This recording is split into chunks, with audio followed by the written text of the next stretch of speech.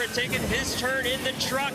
Wow, that's precision driving, isn't it? He started out back. He is going to finish up front. Winning feels so good, especially at this historic Martinsville. Green, white checker. William Byron comes off turn 4 to win. Heck yeah, buddy. Great job. Byron way out in the front.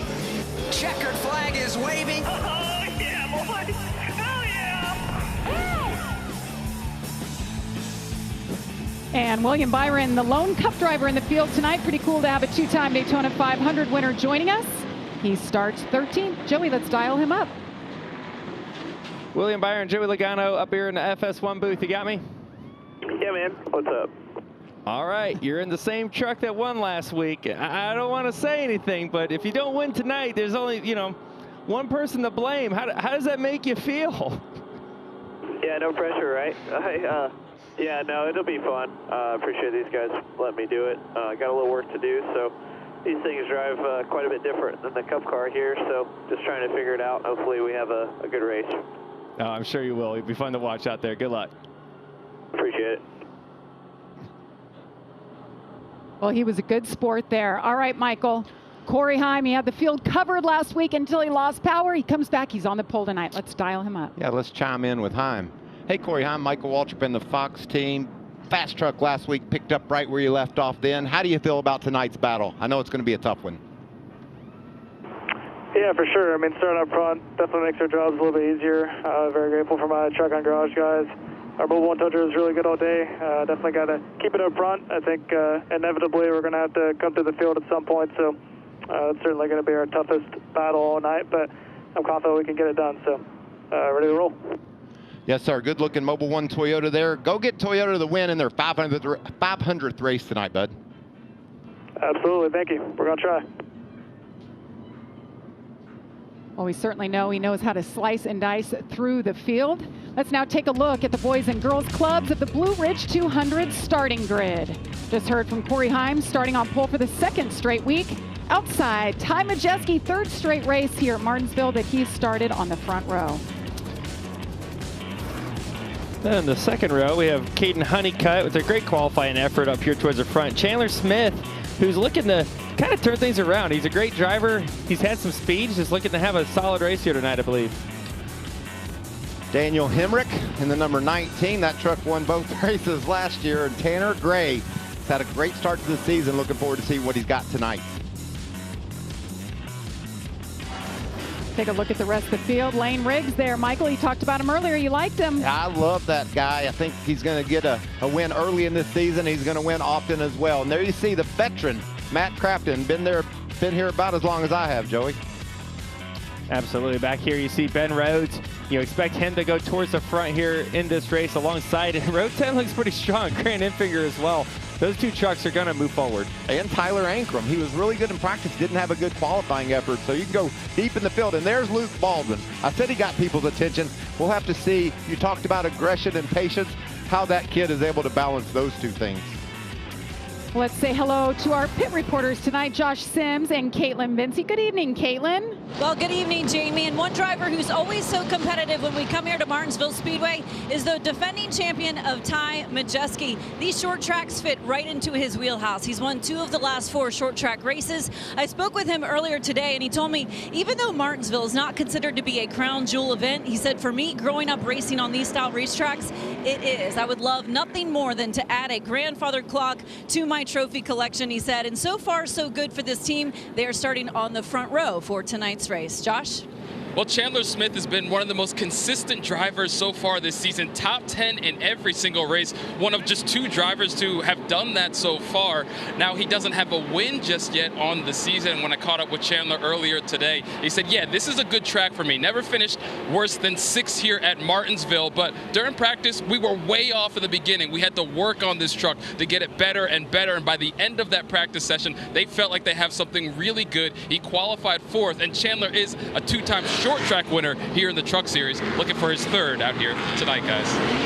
I love that onboard view. We're going to have a Chandler Smith all night. He also has a bumper cam, Joey, so looking forward to that. They'll be used a lot. Well, we have had the absolute perfect day here. The weather has been mid-70s all day, light winds, and it hasn't changed much as the sun has gone down 70 degrees, so we've dropped about 4 degrees. Perfect night for racing. Look at that view. Joey, how about the race analysis? Yes, take a look at it here. 200 laps, 105 miles. Got a couple stages, both of them being 50 laps. In the final stage, the longest one, 100 laps. You see him going down pit road now. Slow pit road, only 30 miles an hour. The fuel window, 130 to 140 laps, which means you can do this in one stop. And with cautions, you can do it pretty early if you want to put them on early and stay out there and keep that track position. Going to be tough. Yeah, we talked about strategy. It'll be interesting who pits first, who blinks first. This is a 5.526 mile, half-mile racetrack, if you will.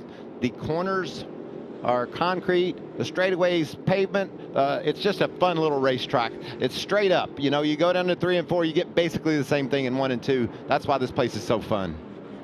And that was our track description, sponsored by Craftsman.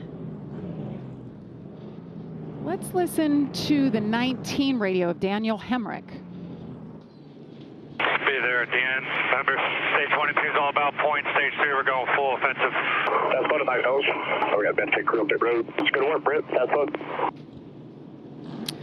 Sounds like they've already got their plan laid out, Joey. Go win stage 1, get those points, and then pit and go on offense. Yeah, it all sounds good right now. Until the green flag drops and everything goes out the window and you got to come up with something else. You just don't know how these races will play out. And, you know, all it takes is a couple bumps here and there to throw your plan out the window, and you got to start coming up with something. You know, we need to temper our expectations. We see the 19 truck. Christian Eck has dominated, won both of these races last year, but Christian has moved up to the Xfinity Series. Charles DeKnight, the crew chief, has moved up to the Cup Series. Completely different team. Maybe they'll have the same result, but we have to temper expectations. HendrickCars.com on board for William Byron. He also has a truck bed cam for us tonight, Mikey. Great views along with Chandler Smith. You can see the Ford Performance cam on board with Chandler, and I think he's got us a bumper cam too. Hopefully it'll stay intact for most of this race. I wouldn't bet on it, but definitely maybe. 11 drivers in the field have never raced here before in a truck. A lot of excitement. It's been a long day for these teams. They've been waiting for this moment. Corey Heim on the inside, Ty Majeski on the outside. Green flag is in the air. We are racing at Martinsville.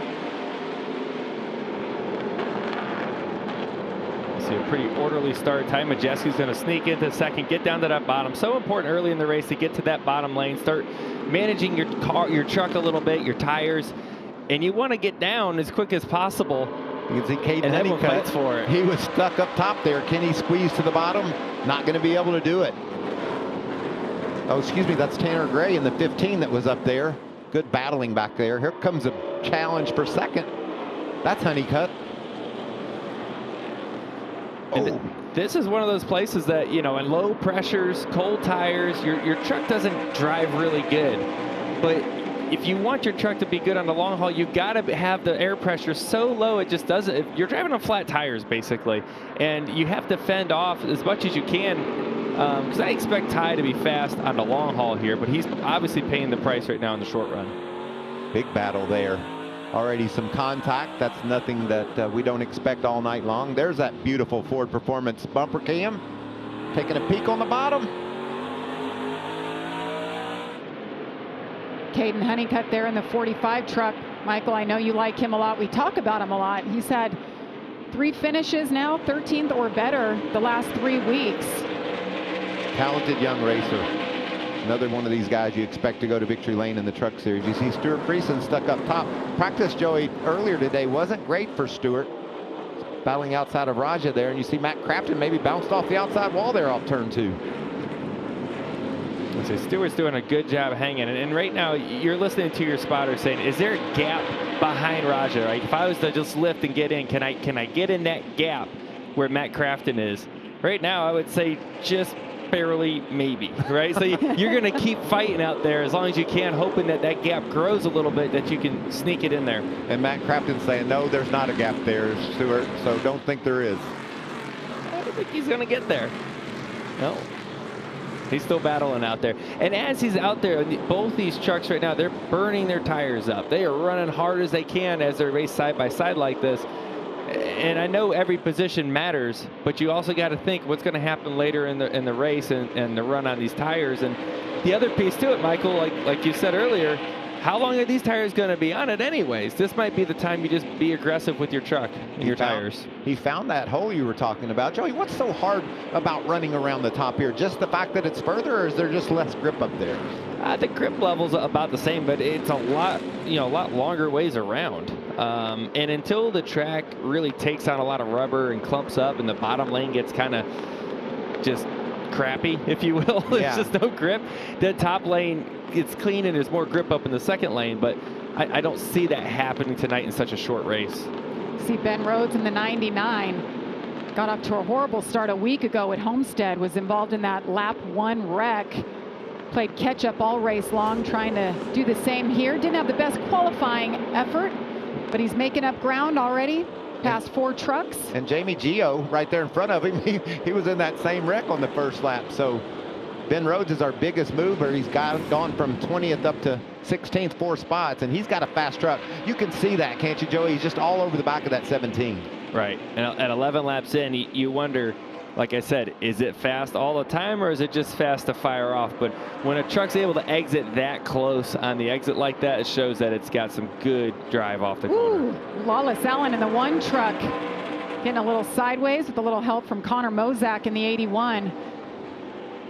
First truck start of the year for Lawless. He's running full-time in the ARCA series, so he's sharing the star truck for Tricon Garage. Right back there's William Byron. Very experienced race car driver when it comes to everybody in this field. You know, he's got a couple cup wins. He knows how to get around this racetrack really well. How much fun, Joey, just to come over here, jump in a truck every so often, and you only have to worry about winning. That's a blast, right? You don't think about points. You don't think about anything. Oh, no one around. Ryan Roulette into the wall. That was Corey Heim that had caught the back of the field, and I think maybe caught the rear end of that 67 truck. Ryan Roulette stopped on the track on the front stretch. Caution is out for the first time. 14 laps in, another look at the incident. Ryan Roulette with damage on the nose.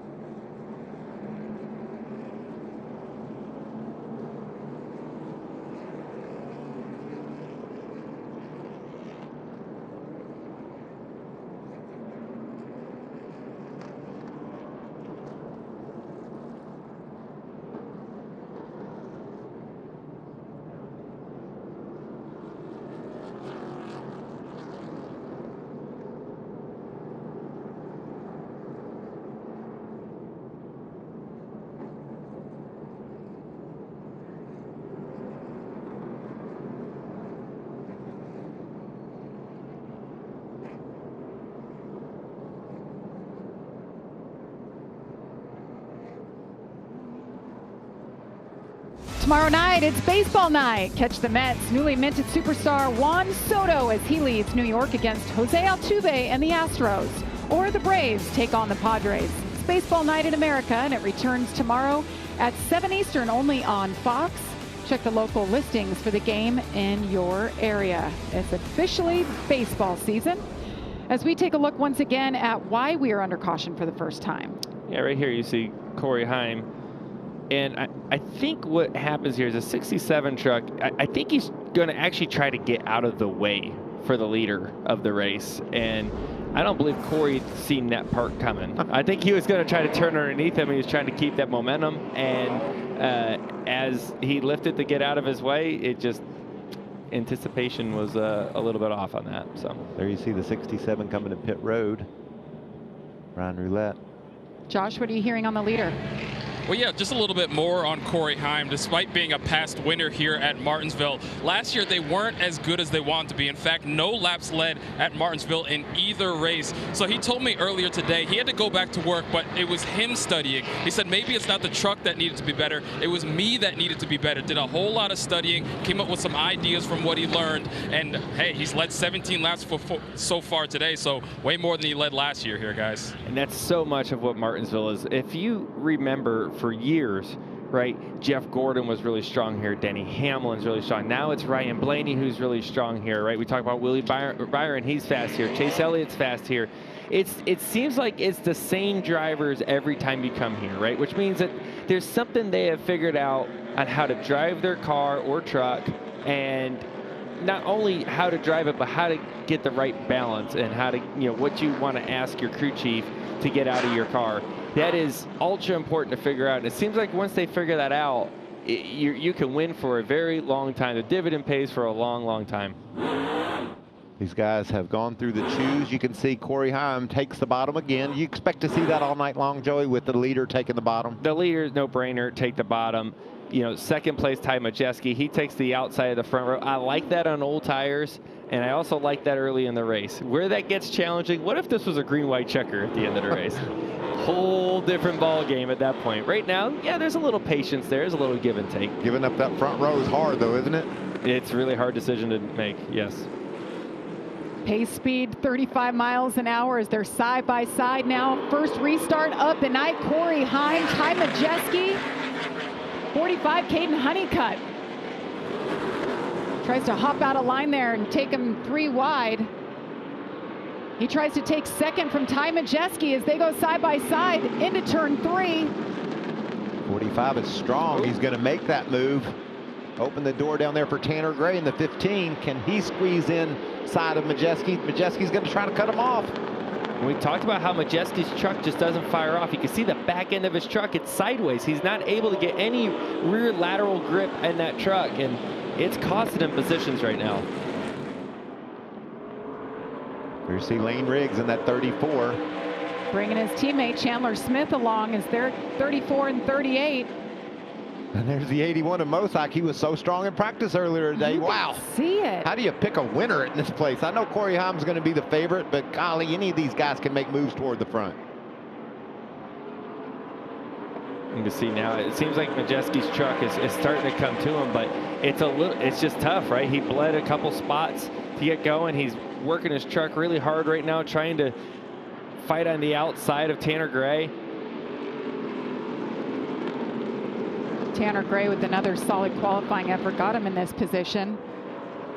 It's really hard as a driver, too, to figure out how much to squeeze that guy, isn't it, Joey? Wondering if he's going to give you the fender or maybe you can squeeze him down and hurt his momentum on the exit. Yeah, we say this every week with the truck series, still bodies, right? So, you know, fender rubs and those type of things are a real concern. But you see Majeski's Lane able. Riggs goes around. He was all over them, waiting to pounce, waiting to make a move. Not sure how he ended up going around. You see all the Goodyear. I believe Mosack might have got him. Here it is here. That'll bring out the second caution of the night. Around goes Lane Riggs.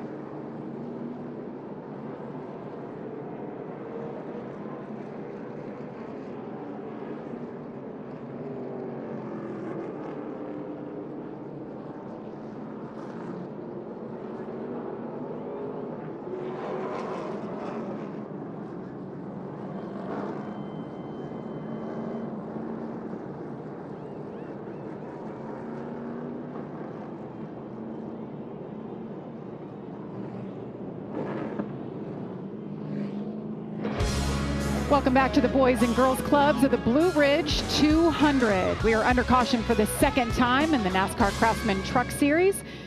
Just before we went to break, this happened with Lane Riggs running 5th at the time.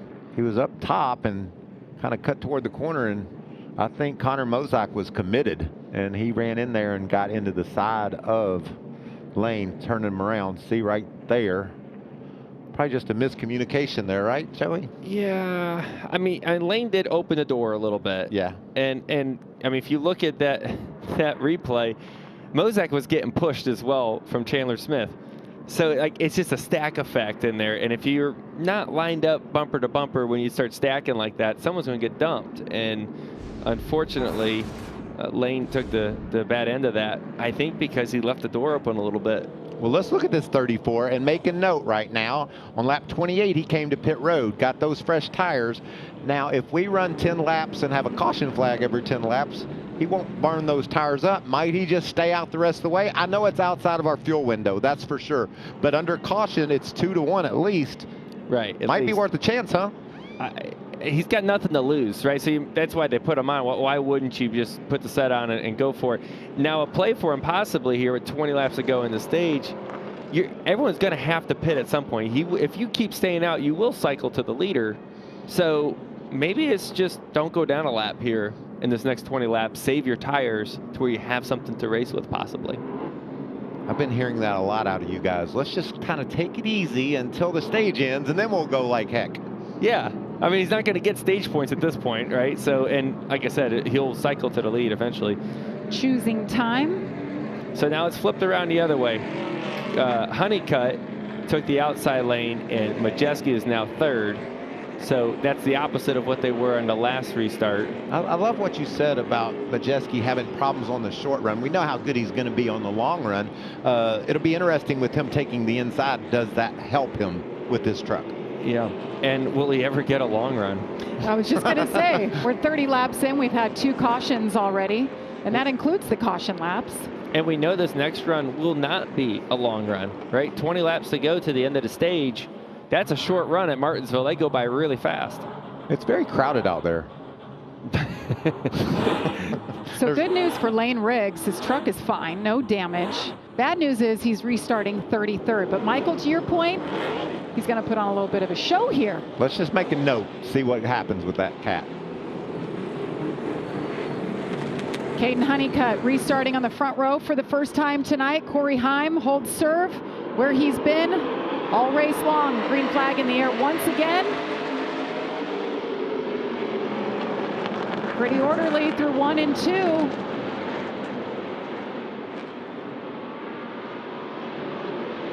Connor Mozak in the 81. Watch the speed in that truck. Yeah, the truck does seem really, really strong. He's able to get down to the bottom there. You see he's protecting the bottom too. He wants to make sure he keeps that. Nice run off of 2 there by Honeycutt to grab the 2nd spot. Chandler Smith, they're stuck on the outside. Fast though, Jamie. He's able to hang right there with those guys. That's a battle for 5th. What about Ben Rhodes into the top 10 from the 20th position starting? Riggs is already up 4 spots with those fresh tires. Battles all over this little half-mile track. It's unbelievable how close they are as they battle around this short track. I don't think they're close. They're hitting each other. See this contact right here. Leaning on each other. And look what it's going to cost Chandler Smith when he lost his momentum. Daniel Hemrick looking to the bottom. You just got to go, man. This is a short race as we talked about. We got to go. Fierce battle for 12th on the right side between Raja Caruth and Gio Ruggiero. Look at that.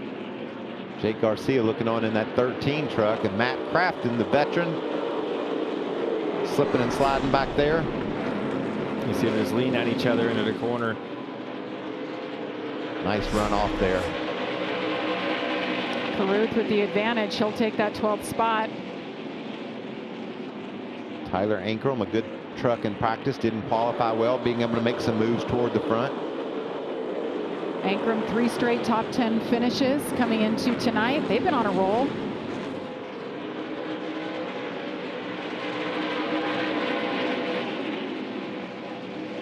Nice to see these guys racing orderly. You said that a little soon. Yeah, I know, Joey. That's my fault. What about Stuart Friesen? Putting his truck ahead of the fast-moving Ben Rhodes. Just 12 laps remaining in stage 1. Corey Heim continues to lead over Caden Honeycutt, Ty Majeski, Connor Mozak, and Tanner Gray, the top 5. There's that fast number 11 truck. It's a good-looking truck. He's got the white fire suit, the white helmet to match. And he's got white speed. Like, this thing is just lightning fast. Was all day today. How crazy was the end of that race last week where his truck, he was lights out.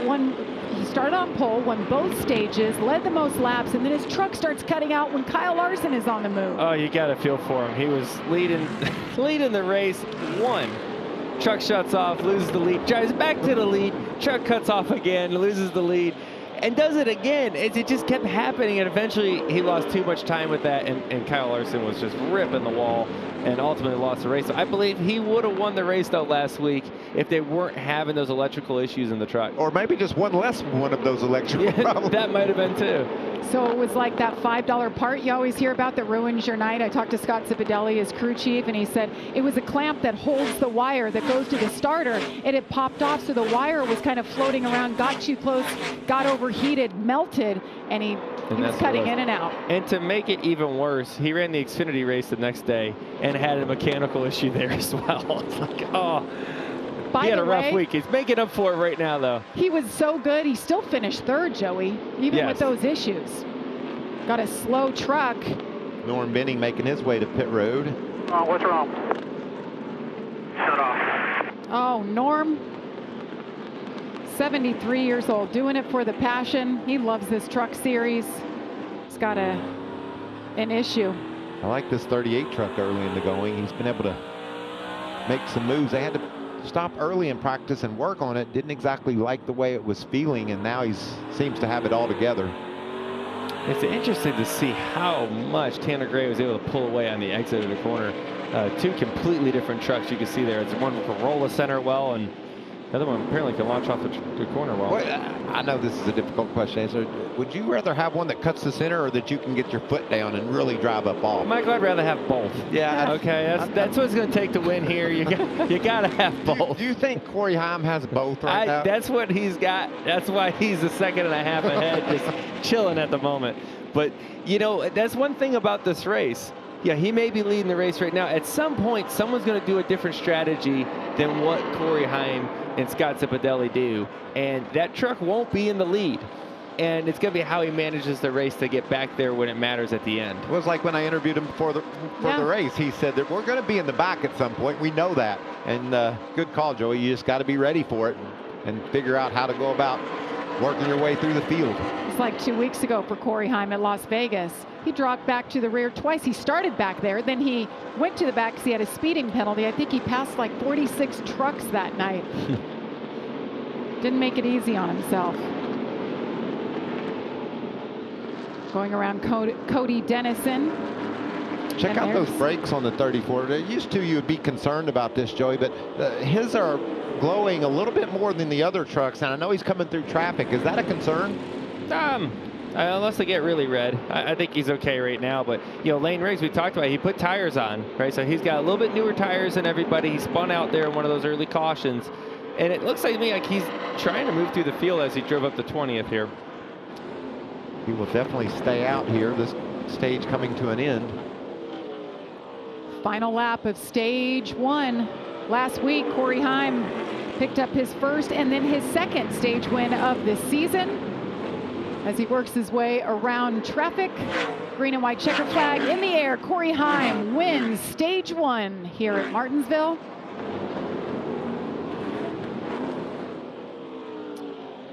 Corey Heim's 3rd stage win at Martinsville.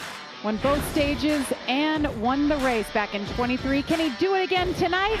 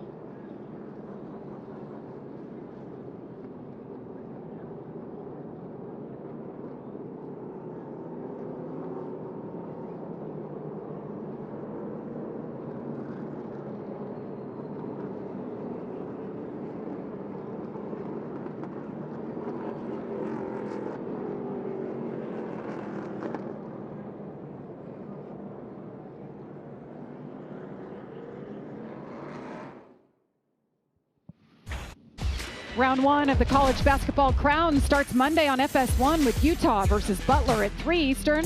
It's George Washington and Boise State at 5:30, Nebraska, Arizona State at 8:30, and Georgetown, Washington at 11. The college basketball crown, that's Monday, only on FS1. All right, just like that, stage 1 is in the books.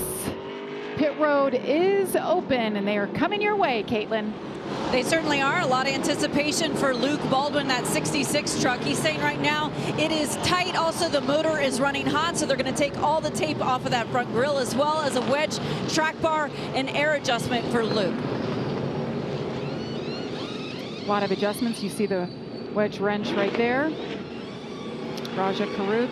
A lot of adjustments here, Joey. Wedge, track bar, and air pressure for Baldwin. I mean, that's all you got. Everything you can do. I mean, that's all you got for changes. So, you see some of the tape obviously coming off. not very happy with this truck. So the majority of the leaders, most of our top 10, Michael, yeah, they all stayed out, which means they're probably going to try to get their stage points here in the second stage. These trucks here are either going to move forward with their new tires in the second stage, or this might possibly be the one and done, where it's pit once, forget about it. We're going to try to cycle ourselves to the front and maintain. Corey Himes stayed out, the two-time winner in 2025, looking for his second win at Martinsville.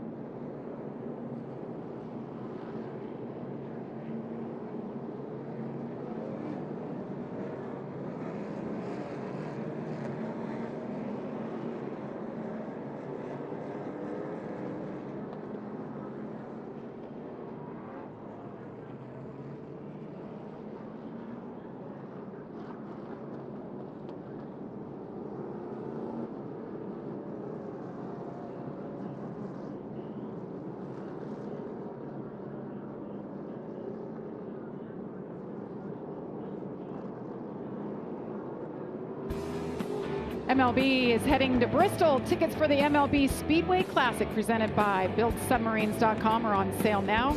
Witness history as the Atlanta Braves face off against the Cincinnati Reds, Mikey, and that is where you were. Oh, what a day. I got to be in the parade. I was the honorary grand marshal, walked out and shared the lineup with the other team. So much energy, so much excitement, not only for the Reds season this year, but for this event. I mean, they're going to put a baseball diamond on the Bristol Motor Speedway. Go to bristolmotorspeedway.com to learn about how to get tickets, but what an event it's going to be. Oh, it's going to be awesome, right? I mean, incredible stadium Bristol is, right? I mean, the racetrack is incredible, but the fact that you can hold so many people in there and do a lot of different things in there is so neat. The last great Coliseum. It's the last great Coliseum. Yeah. I was just going to say, so I was there when they announced the whole deal. They had a couple of the players come out, and they had the diamond kind of drawn up so you could get a feel for it. I'm like, this is pit road right here, and they're going to be playing baseball. Pretty cool, and neat for you, Michael, that you got to be there on opening day. Yeah, the energy for the Reds this year with Terry Francona being their new manager, and a lot of great players have joined the team, and it's going to be a great season for the Reds. It's been a while since they've been to the World Series or the playoffs. Maybe they can straighten it all out this year. Pretty cool the things that they've done, especially at Bristol Motor Speedway. A football game, they brought in dirt for a dirt race. Now they're going to have a baseball game. Do it all. I love it. So we got a restart coming up here. The majority of trucks have stayed out, so they're going to be on their 50 lappers. The top 11 stayed out, so from 12th on back is where the tires start. So I don't expect them to just charge through this first 10, do you? I don't believe so. I mean, the tires are going to be helpful, no doubt, but you're going to have room to use those tires. And if it's stacked 2 by 2 by 2, how are you going to make any time? So once a single file's out, look for those guys with the tires that start moving forward. So Corey Heim on the inside, Caden Honeycutt on the outside. Heim has led every lap so far in this race. Guys, we were talking about Lane Riggs, who restarted in the back. He's up to 14th. See that black truck there on the outside behind the white number 7. That's Riggs, and you called it, Joey. Oh, a little bit sideways there. You called it 2 by 2. Things are stacked up.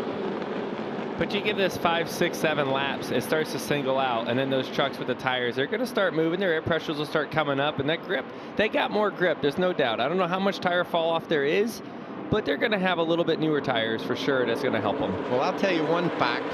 On lap 34, Corey Heim ran the fastest lap of this race on 34-lap tires. Granted, many of those were caution, but he still ran his fastest lap that late into the run. Whoa, squeeze job. I don't know if there was contact there with Raja Karuth and Lane. Look at them stacked up. So remember, Lane Riggs, now he pitted on lap 27 or 28. So he's got a little bit newer tires in the trucks he's trying to catch, but he also has brand new tires on all the trucks directly behind him. Daniel Hemrick battling Chandler Smith on the right for 6th. Here you see Willie B squeezing into the top 10, making his presence known. Haven't talked about him since the start of the race. Joey might have to call him back up and put some more pressure on him.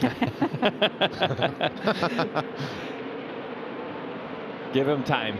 Yes. Give him time.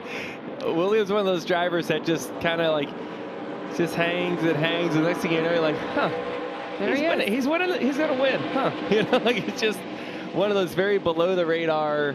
Just runs his race, and it works for him. Luke Baldwin in the 66 doing a great job. Came down pit road, got those tires. He's in 14th right now. First one on new tires. This kid's impressive.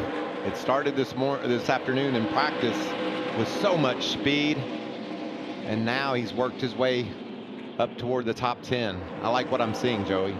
Yeah, like I can carry that speed on the exit like that, right on the back bumper of Ben Rhodes, and that's his teammate. And you know, he's young, and how hard do I push? What do I do? Ooh. Can't open the door too much when someone's too close to you, right? Raja Karis saw that opportunity, said maybe I can gain a spot here if you're gonna open the door like that. I think maybe Luke laid off the 99 after he bumped him, and then he gets run into. That's Martinsville, isn't it? You just breathe it for a second and you're gonna have company. You can't waste too much time through the field. Like you gotta go, right? When you catch someone, you gotta try to pass them as quickly as possible, because once they get stacked on you all the way back, you can't move up the racetrack to try to gain a run to get underneath them on the exit, and it makes the pass even harder. So if you can do it quickly when you first get there, life's a lot easier. And looking in that mirror is hard here. You know, it's just such a quick run down that front straightaway. You got to really focus on what's ahead of you, and so if you got them stacked up behind you, that's very difficult. See Matt Gould in the 44 making just his 3rd truck start.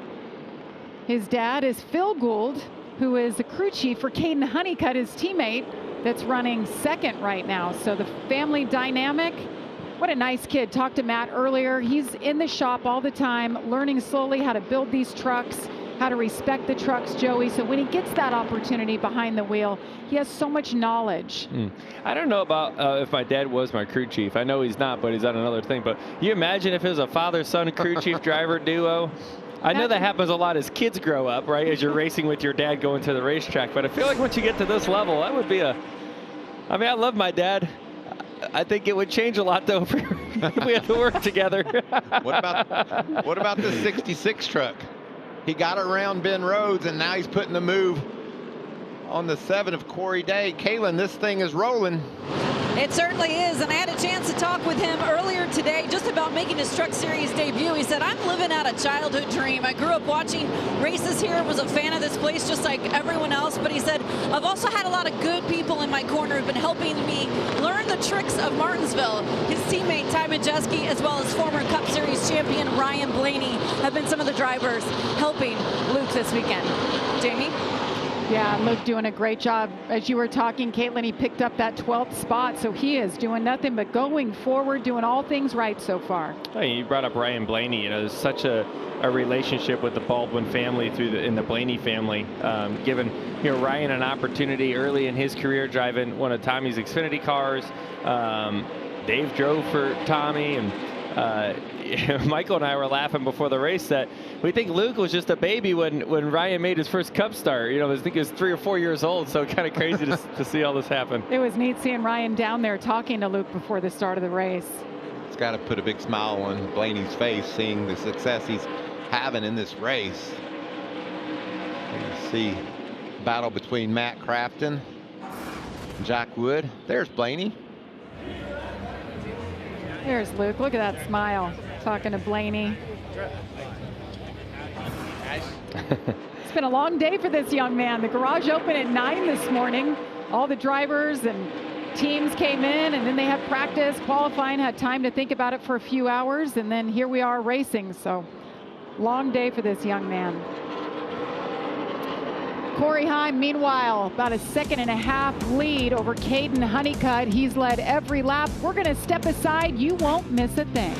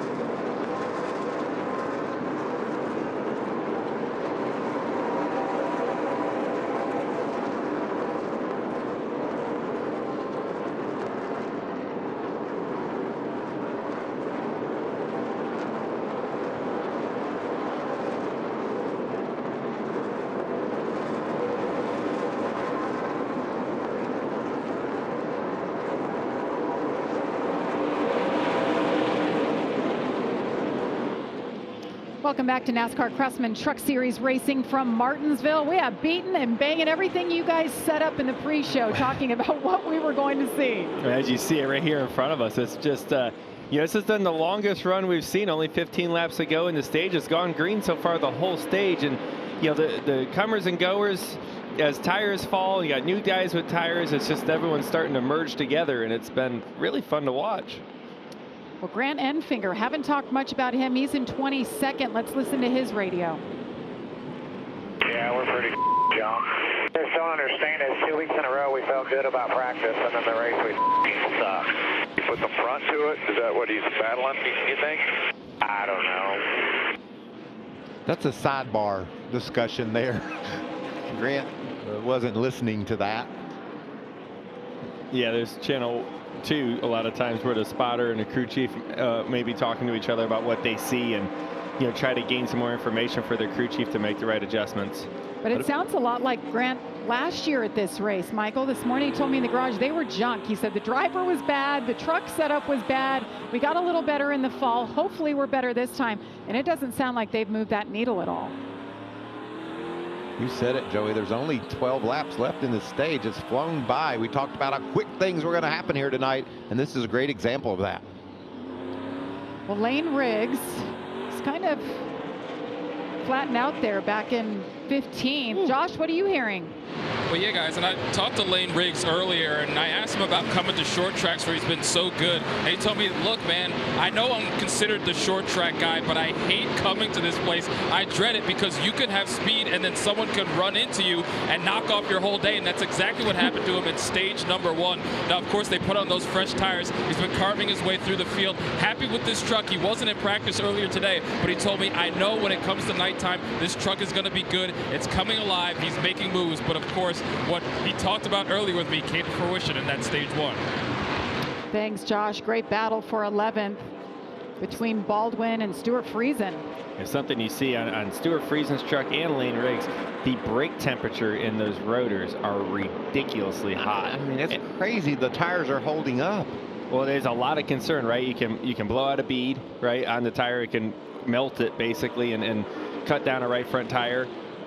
The other piece of it is that's just transferring heat into the tire. So your tires are warmer, it's gaining more air pressure, and nothing good is happening for him right now when your brakes are that hot. And that's what happens in a long run. You start to see the weaknesses of your truck, and you've got to be able to manage those weaknesses. His is balanced pretty nicely there. You see a lot of heat in the back as well. Yeah, but to your point, Michael, you're going with this is your weakness start to show up on the long haul, and it starts to snowball as well, right? Whatever happens in your truck, if you're fighting tight or you're fighting loose, as the run goes, it's just the conditions will get worse and worse and worse, and the trucks that handle it best and the drivers that can manage that the best will start to migrate to the front. You see the rubber starting to lay down on the racetrack here as well, starting to lay down a good amount of rubber. We have a nice long green flag run going here. It's not typically something we see, as time has told us. The average is what, 10 green flag laps before a caution? We were hitting that average right on until this run. So far, this is only the second time we've been caution-free at Martinsville in stage 2. So you're seeing something unique here, as there you see Grant Enfinger battling with Gio. Grant kind of did him a favor right there. Gio really kind of squeezed it down there and wanted to be able to get cleared and get down, and Grant, I think, realizes he's not having the best of days, and maybe doesn't want to make him a lot of enemies at the moment.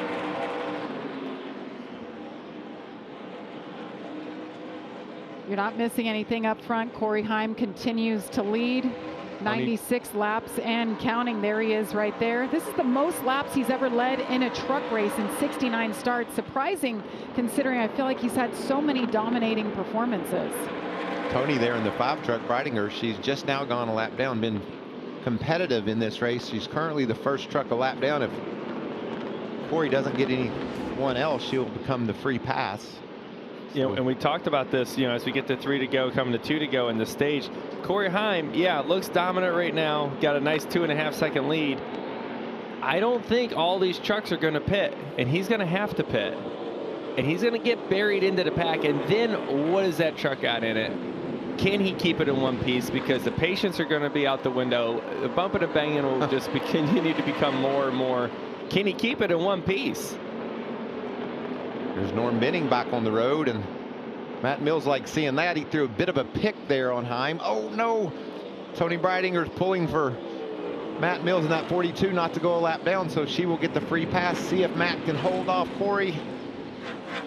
Final lap of stage 2, and Corey Heim picks up the win. This is the 4th straight Martinsville race. The drivers swept stages 1 and 2, and the last 3 went on to win the race. So everything is coming up roses so far for the man we call Heim time.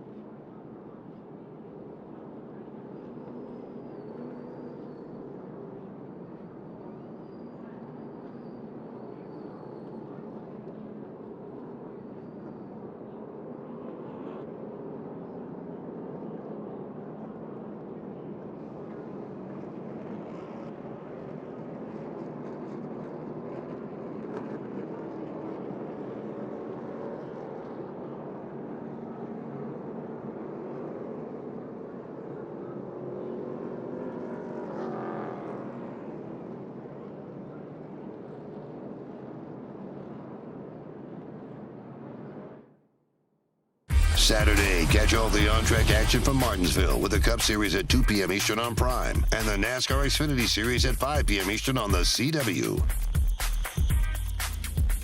Gotta love the triple header weekend here at Martinsville. Today has been awesome. Perfect weather for the Truck Series.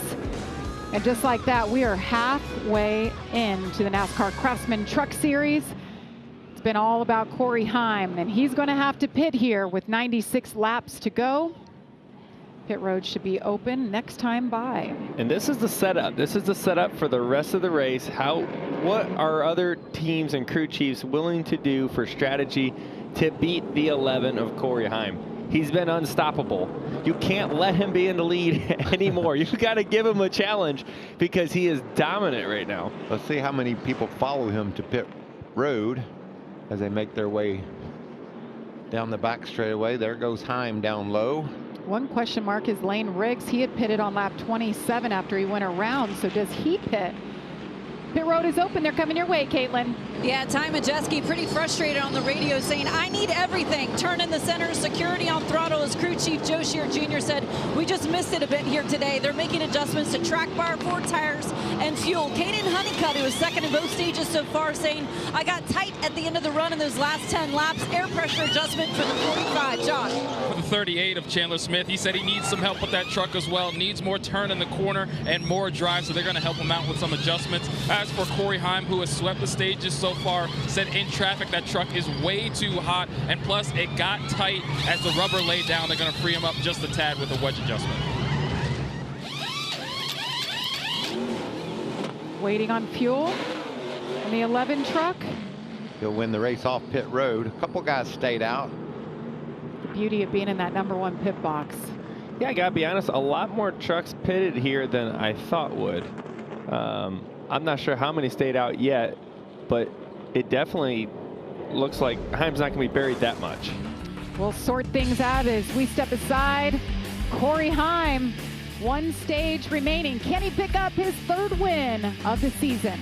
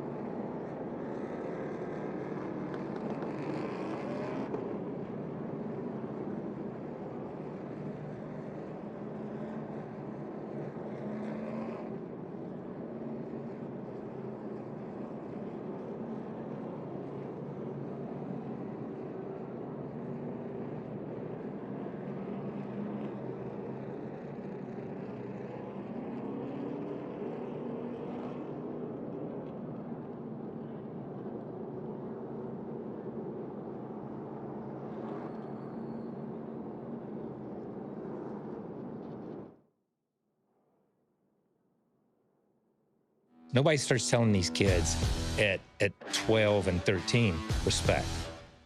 Respect your equipment, respect that other driver, and respect his ability. You know what I mean?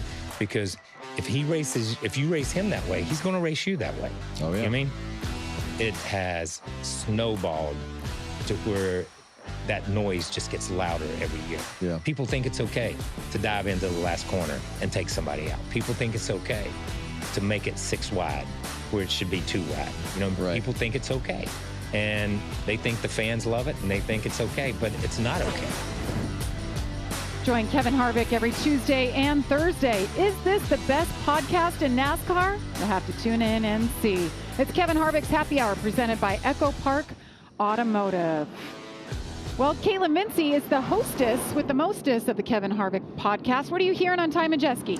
Well, we were just listening there about respect, that conversation with Kevin and Kyle. And I talked to Ty Majeski earlier. He said, you know, I run the rookie meeting as the defending champion. I said, I looked around and I saw a lot of new faces, many people making their Truck Series debut tonight, a lot of inexperience in the field. So I just advised the guys, hey, if it's not your day, I'm not asking you to pull over, but just show some respect as you would want that respect returned. So Ty Majeski trying to give a little advice to the more inexperienced racers here tonight in the field. Jamie? Yeah, what do you think, Joey? What an interesting position to be put in as an active driver to lead a rookie meeting, right? Like, I'm gonna race you guys tonight, and just stay on my way. Which is just I wouldn't know what to say. But I mean, I'm glad NASCAR does that, and there's an experienced driver of some sort in there, because someone's got to teach them the ways and the things to look out for, and even sometimes it's even the dumb stuff that you just take for granted that you assume people know, like where to pull into the garage and those type of things. It's nice to have somebody tell you that stuff for the first time. All right, so we have a new look on the front row. It's Raja Caruth, Matt Crafton, Corey Heim back in the third row. Raja Caruth with a monster restart. Whoa. Look at that land rush into turn one. Matt Crafton's going to be able to clear Jack Wood. What a big move by Connor Mosak back there. 3 wide into turn 3. Chandler Smith on the outside. Dawson Cram right up the inside. Something's wrong with the 26. That thing is not going down the straightaway. It's not going at all anywhere. Dawson Sutton checked that in the 26. He was one of the guys that stayed out there, and he was the last guy that's in line that stayed out, and I think those tires are just eating him up. Look at that jam move up the middle there. Chandler Smith takes a spot. It's all take right now, isn't it? Oh, it's 3 wide battles every time we cut to a different shot. 3 wide. Contact. Oh, no. And the 66 goes around. Luke Baldwin was having such a good night. Down the lead lap here. I think it's just an example. He got in there and couldn't. Backed up. We're kind of high-sided on the curb. Couldn't do anything with it other than just spin the truck around. I think he tried to stay out of the side of the truck that was on his outside. Oh, quickly. Stay there. Baldwin was back in 20th when this happened. 3 wide, up over the curb, and around he goes.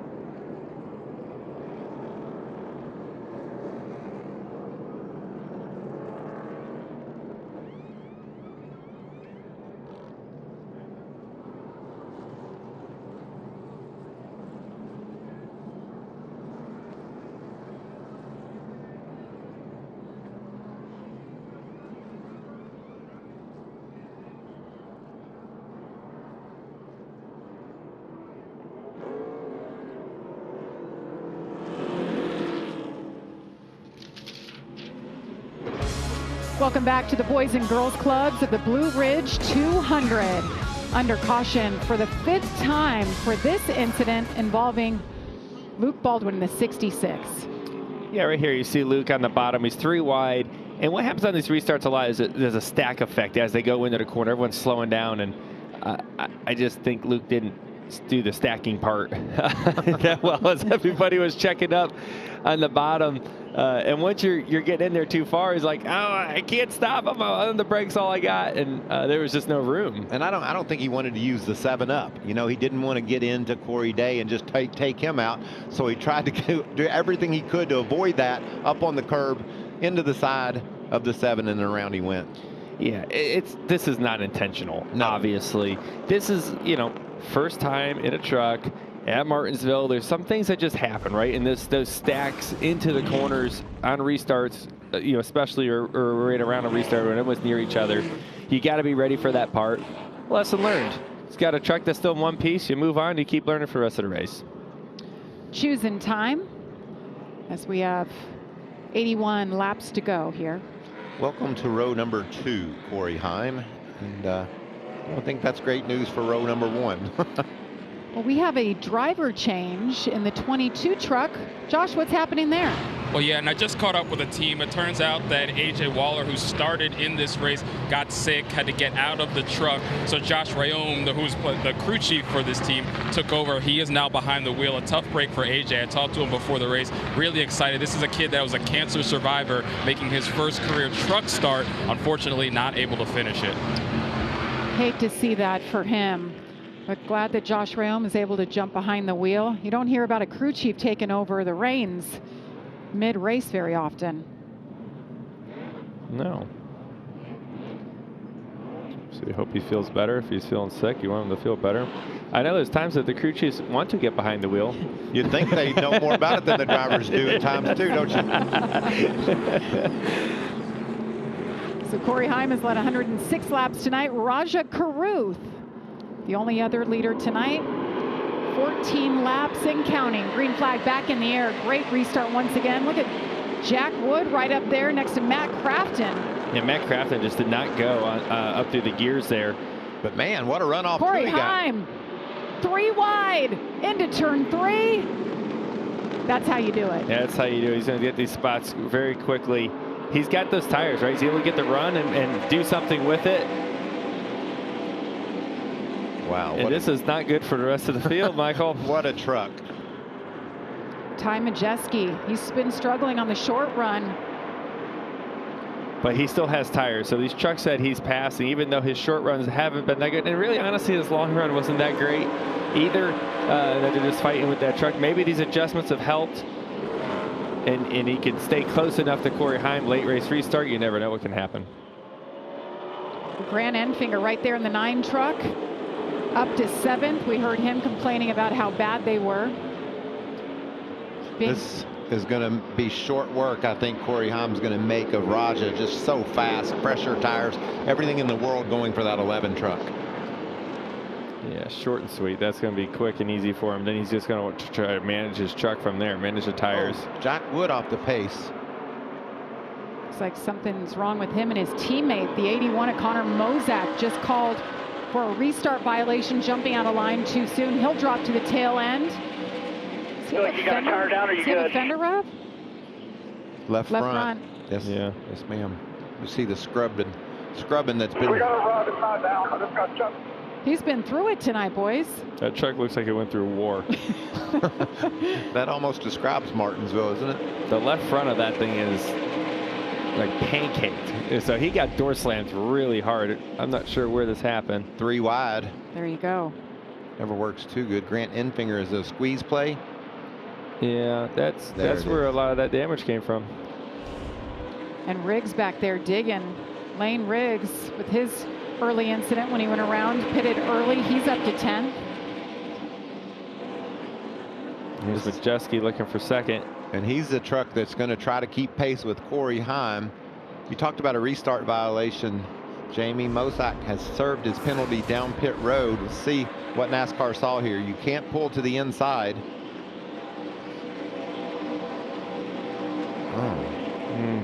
Explain that one to me, Joey. You're a race car driver. I've just been called for this here recently. And yes, you did. Gosh, that one looks close too, guys. Apparently this is a hot topic at the moment, and they're calling the close ones. Well, so the race directors are saying every week, Joey, that they're warning you guys in the meetings. That's something they're watching, are these restarts. Yeah, and you know, sometimes, like, there's been times that's been fine, right? And it seems like for whatever reason they're calling the close ones right now. So you know that, and you move on. Yep. Meanwhile, Corey Heim is back to the point, guys. Raja Karutha slipped back to third. Ty Majeski, though, is coming on. He's up to second. Yeah, he was just a little less than a half a tenth slower last time by than Heim. So these two are starting to pick up the pace. All right, if you're Ty Majeski right now, you're a second back, a little bit over a second back, 70 to go. I'm probably chilling at this moment, Michael. I don't think I'm going for it right now. I'm going to try to save my tires. I got a long run ahead of me. If it does run green, 70 laps is a long time. But most likely I'm going to get a caution. Yeah. And I'll have him right next to me. Well, and I think we're seeing, looking at these lap times, lap after lap, that last time by they ran the same time. I think he's improved this 98 truck when they made their pit stop and got those tires, because he's able to keep pace. That's about the distance he lost when he after the restart, but now he's starting to rally. But this is where you got to be a smart racer. And you think about it, okay, if I'm just matching his pace, I'm never going to catch him. I'm never going to pass him. So you got to think the smart way. Look at this. Spencer Boyd in that 76 getting aggressive. Yeah, he is. We saw the 66 of Luke Baldwin into the back of the truck ahead of him, and Boyd tried to take advantage of that. That's for 18th spot.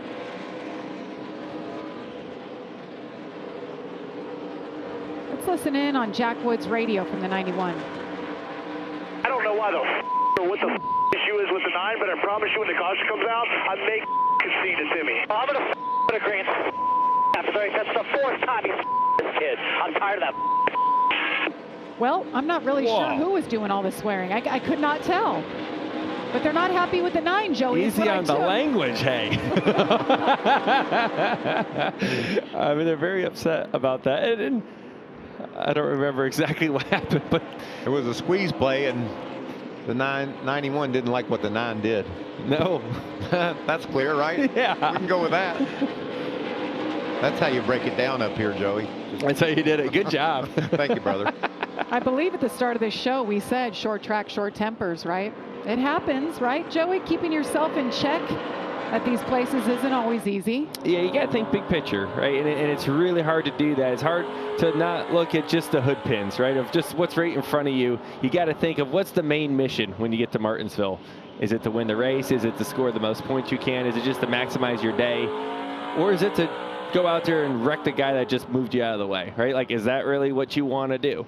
And I think that's probably different for everybody, what they're trying to do out there. And sometimes you know, as drivers that see red after you get moved out of the way, and then we talk about how it snowballs into something else. Remember how I said that Ty Majeski was keeping pace with Corey Heim? That's not happening anymore. Corey is just, look at that. I mean, just that lead. In a couple of laps, he's just driven away. But like I said, if you're Ty Majeski, let it happen. Yeah. Let it happen right now. I don't think it's worth going yet. No pressure from behind. You're not going to drive up there and pass him. You got no chance. So try to gain an advantage somehow, right? Which would be save some tire more than him. Maybe have a little fresher tires because you didn't drive as hard. But I can promise you that Corey Heim's probably not running 100% right now either. Big night for Toyota. Their 500th Truck Series start. And they started on the pole. You see what they've done in this series. 181 poles, 236 wins, 9 driver championships, 13 manufacturer championships. The first win, though, came back in 2004. It was at Michigan. Travis Quapple picked it up. And the first championship, Michael, I'll quiz you on this again, 2006 it was? Todd Bodine. The Onion got their first championship. Be pretty sweet for them to collect the win.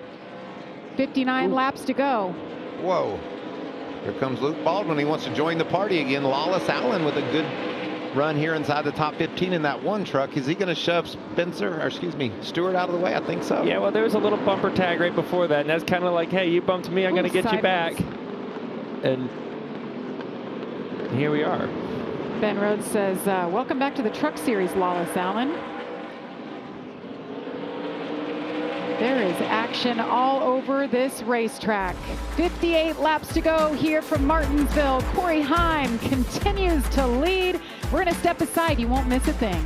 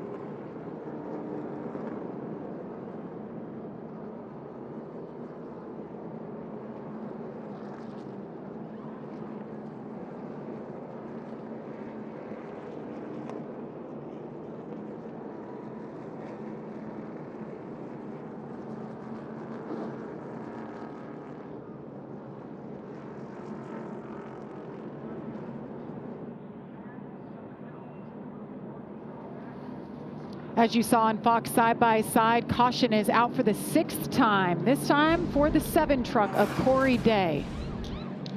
Running in the 20th position on the lead lap. See what goes wrong here for him. Dawson Sutton, the 26, just runs into the back of him. Yeah, I believe you called that correctly, Michael. Well, thank you, Joey.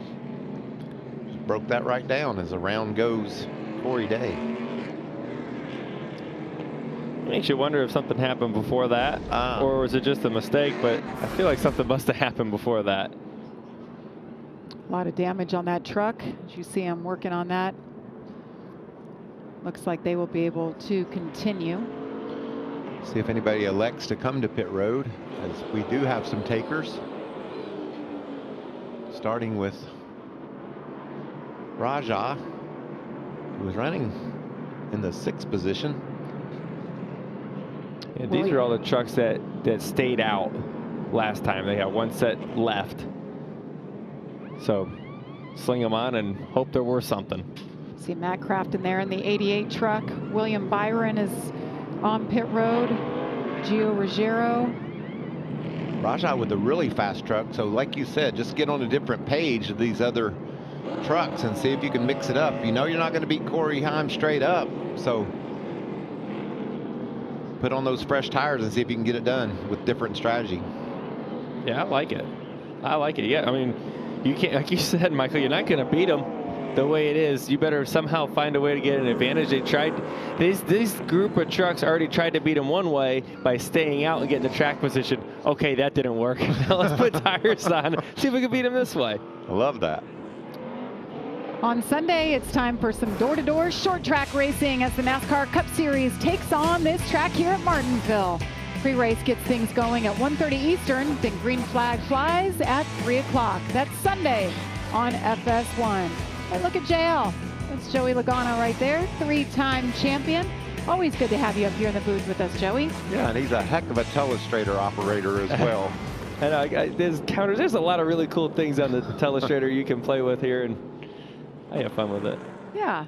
Last week was the drivers only, but I told you, you're like a professional anyway, so I don't think it really counts. You and Brad were so good last weekend.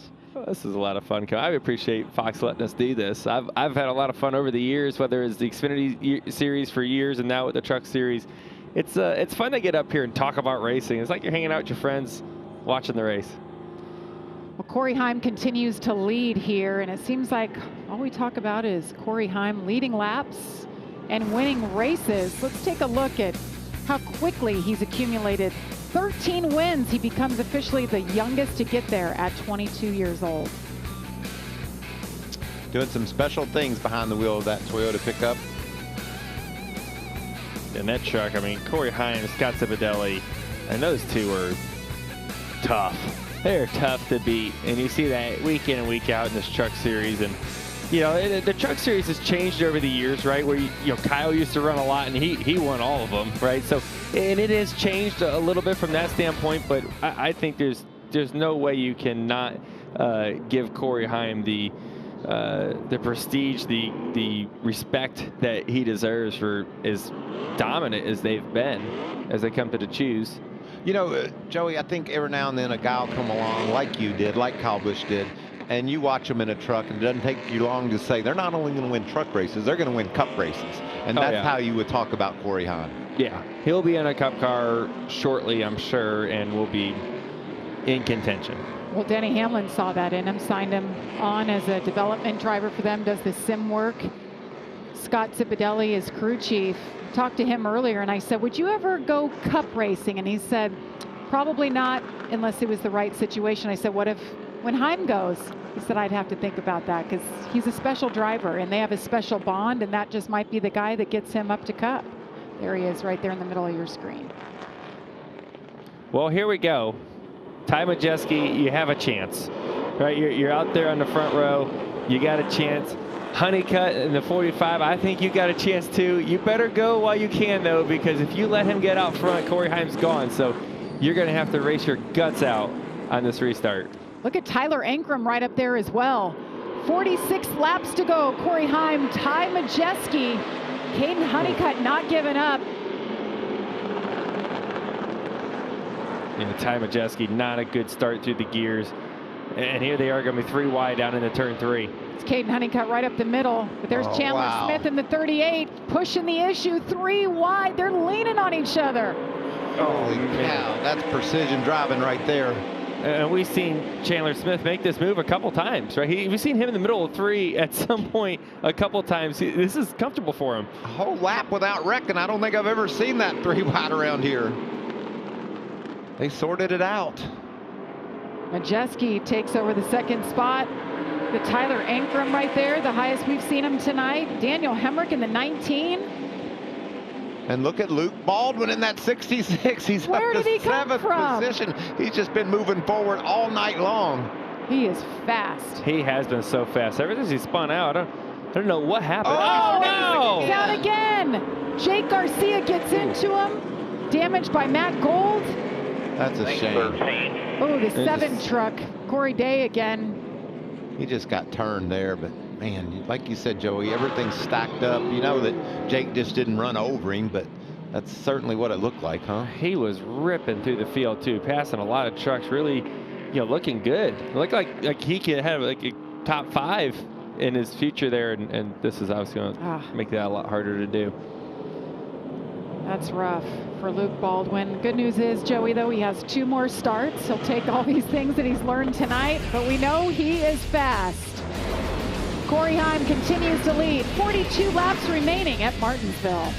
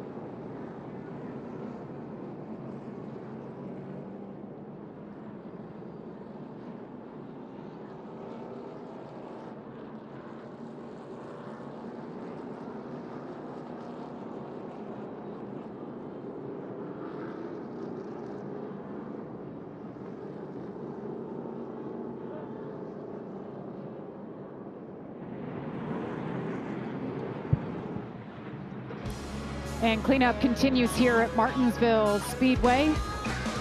39 laps to go as we're under caution for the 7th time.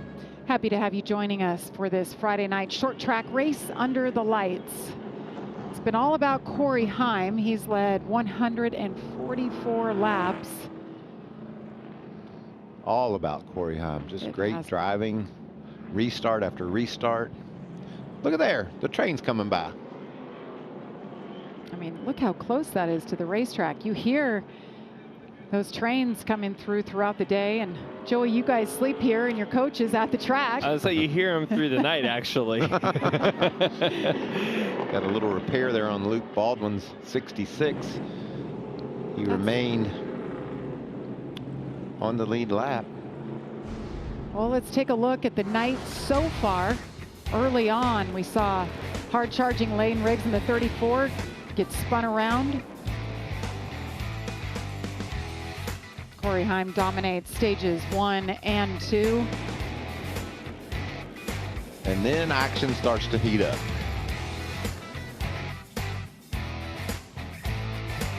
Corey Day just his hands full there after Luke Baldwin's spin there. Dawson Sutton into the back of Day again, issues. And the most recent incident here involves the 66 once again. Gets punted by the 13 of Jake Garcia. A few trucks with damage after that one. You saw Corey Day go around. His day is just getting worse. 2 different leaders, 2 different lead changes. 7 cautions, par for the course for Martinsville. There's a 60-50 chance we haven't seen our last caution too, Jamie. A 60-50. We had 11 cautions in this race last year. Did you get that, Joey? Oh, yeah. I looked at him for a second. I was like, do you know you said that right?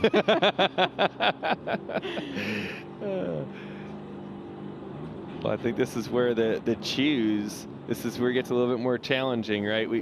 Majeski hasn't been able to really restart through the gears well. He's got the second best truck, but it's a distant second.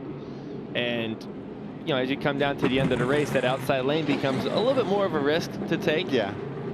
And it's how much do you trust the truck that's inside of you? Really the question that Majeski needs to ask, if Honeycutt takes third, you know, the second car on the bottom car in the second row, do you trust him not to ship Corey Heim up the racetrack, and before you know it, you're 3 wide up top, right? So, you know, we'll see how bad Honeycutt, or what Honeycutt is willing to do, to try to win the race here. And it's interesting, don't you think, when someone has been as good and dominant as Heim has been, does Honeycutt say, I got to put the bumper to him, or is he like, you know, he's been dominant, I'm going to respect that?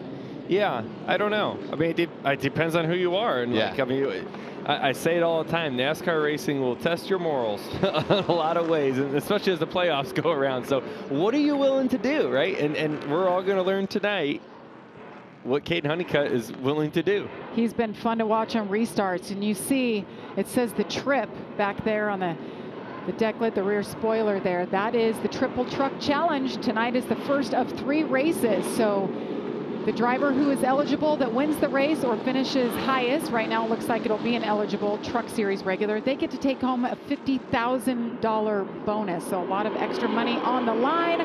Green flag is in the air once again. Honeycutt all over the bumper of Corey Heim with 35 laps to go. Corey Heim. This is going to be a tough pass for Honeycutt still, but he's got inside of Corey Heim. This is the closest we've seen anybody. And look, he's gaining position through the corner. Oh, rough and tumble. Big push from Majeski. They're all over. Oh, Heim into the wall. He goes wide. Heim goes around. Left rear flat. Left rear is flat. Caden Honeycutt is the leader, and the caution is out for the 8th time. Oh, my goodness. What a turn of events. Man. We talked earlier about how bad last week hurt for Corey Heim to have the dominant truck and get beat late. And you see that they lean on each other here off of turn 4 quite a bit. And that was enough to get Right that there. tire, right? Right there, and I think right here he realized it's flat. He's lifting, and Ty Majeski doesn't know that, right? So he didn't do anything wrong. But gosh, and that's just Martinsville Racing. The crazy thing about this, Michael, is this whole field's been leaning at each other all night long, and we haven't seen a left rear tire go flat like that. The perfect storm, or the imperfect storm for Corey Heim. They made slight contact, Martinsville type contact, because you see right here. Yeah, like that's not bad. And there it is. You can see it flat already, just immediately. Yeah. What a turn of events. We were just talking about Caden Honeycutt and what he can do. He was aggressive on the restart, got himself in position. Now he finds himself as the leader. Yeah, and just to be clear, like Caden Honeycutt, I don't see anything wrong that he did, right? Like, it was tough racing at the end of Martinsville. You're going to have contact. He knew he had to rough him up to get underneath him. He didn't dump him. He just pushed him up the racetrack a little bit and started racing him. I think that's okay in my book. Everybody's book's a little bit different, but I think that's all right. And unfortunately for Corey Heim, he got a flat tire, and gosh, it's just it is what it is. Let's listen to the 45. I think we got a little radio from him. I got his tire down? I don't know. Touched off of 4, but I didn't think it was that bad. Just check the right side, guys. I really hope I did not do that. Well, I think Joey said it so well. In Martinsville, you're going to rub. I mean, there's no way around it, and that was a rub, and it just took his tire out. Doesn't make it any better for Corey Heim. Michael, you brought up the heartbreak a week ago at the end of Homestead after dominating the race from the pole, won both stages. Here's a look back at what happened. He's leading. All of a sudden, he falls off the pace. Joey, you guys are thinking, what in the world is what's happened to the 11? Oh, the heartbreak here. Look how slow he was down in the turn 1. He had a huge lead. It shuts off. He gets back going, shut off again, gets back going again. He still almost finished second after all that. And bummed out. He still finished third, but just best truck of his life, he said. And then tonight, he has this moment after leading 149 laps. Yeah, and it must be like the side skirt or the exhaust pipe that just got into the sidewall just enough to cut it down. You see he's still limping around on that flat tire. He's finally going to make it to pit road as pit road opens finally. That is a long drive down to his pit box, the #1 box. Now does your spotter, if you're Ty Majeski, Tyler Ankrum with a strong run, does the spotter say, Honeycutt roughed up the leader, so don't be shy about using your bumper? Those words sometimes get passed down from these spotters to the driver. Yeah, but ultimately it's the driver's decision on how they're going to race, right? I mean, there you see a lot of the spotters there, and these guys are all professionals, and they understand it. And I don't think they're going to be the guys that instigate something most of the time, right? The best spotters understand that it's best to keep my driver calm and not try to get him fired up to make a decision that may not be the best for his future. So Caden Honeycutt, the leader right now. His best career finish was 4th in the Truck Series. This is just his 39th start. But Michael, I know you've been high on him since the beginning. I feel like every time he gets a shot in one of these trucks, and he earned it. He's a full-time driver for Nice Motorsports this year. It's been fun to see him get his legs. And he's like, when we watch Lane Riggs, you could tell early. Look at that damage. Well, you can see that's probably what cut down, not to cut you guys off, but if we can zoom in there a little bit, you can see the right side skirt of that truck just sticking out. That's a weapon, right? And I believe that's what cut down the left rear of Corey Heim.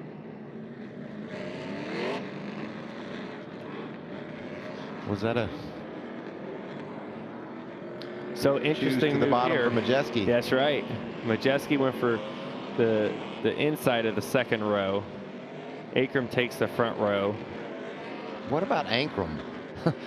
Terrible qualifying effort, and he's marched his way all the way through this field. Sounds like Martinsville, right? If you can just survive and keep yourself in the hunt, you have a chance at the end of it. And here we are with 28 to go.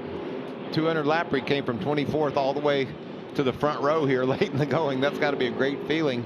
Majeski chooses to line up behind Honeycutt here. He hadn't done that with Corey Heim. He went to the outside of Heim.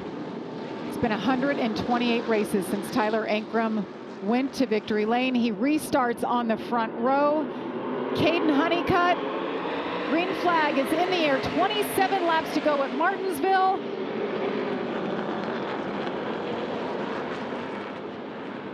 Honeycutt clears. Oh, did he clear Ankrum? I think he's going to. Majeski is there. Ankrum stuck on the outside.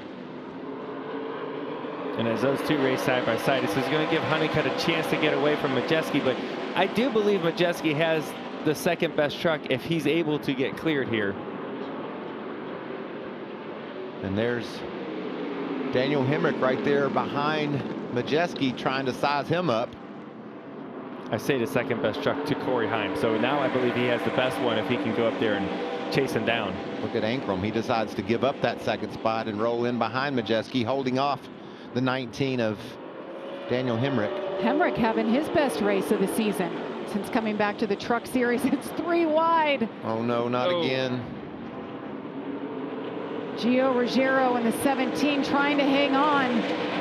Oh, wow. Battling his teammate Tanner Gray. Trucks all over the place. There's Ben Rhodes on the inside.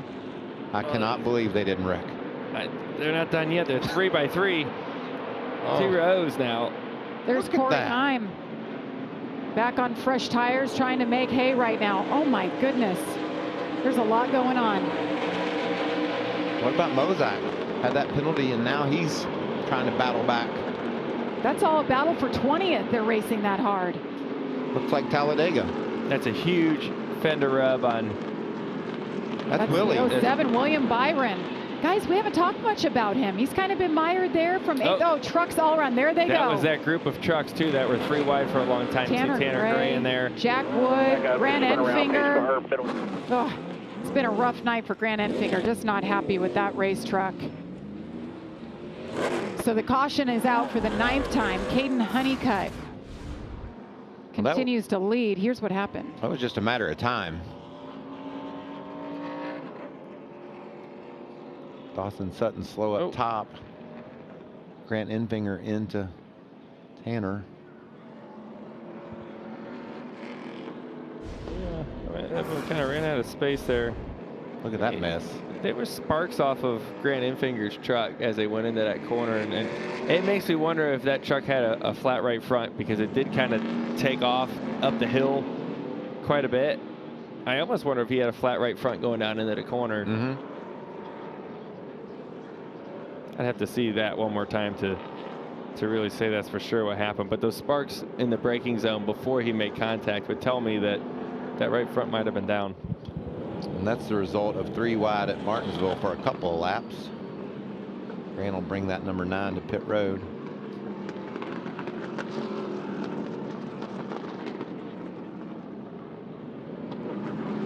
I feel pretty good about my 60-50 chances that they're going to have another caution. Yeah, I think there'll be another one too.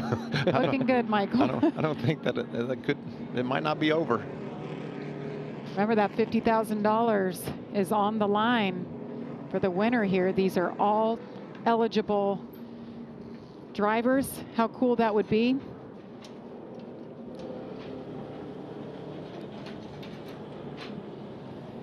While we continue under caution, there's been some amazing finishes at this place in the Cup side. And oh, look at JL.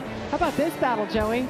This was one of the most important races of my life, because this is what propelled us into the championship 4 in Miami, ultimately winning us a championship in 2018. So that was a do or die moment, and it felt good. That one felt good. You drove your butt off there. A little controversy followed that one. You know? I bet. But yeah, well, I mean, I don't regret it, right? I mean, what are you supposed to do? Like, you put in that position where you're racing for a championship, the chance is right there in front of you. I did get moved up a little bit out of the way before that, so I'm like, you know what? I think I can do this now, and ended up working out. One thing for sure, Jamie, drivers have excellent memories. If you get moved around a bit and there's a chance for you to move them back, especially in a pivotal moment just like that, what a thrilling finish.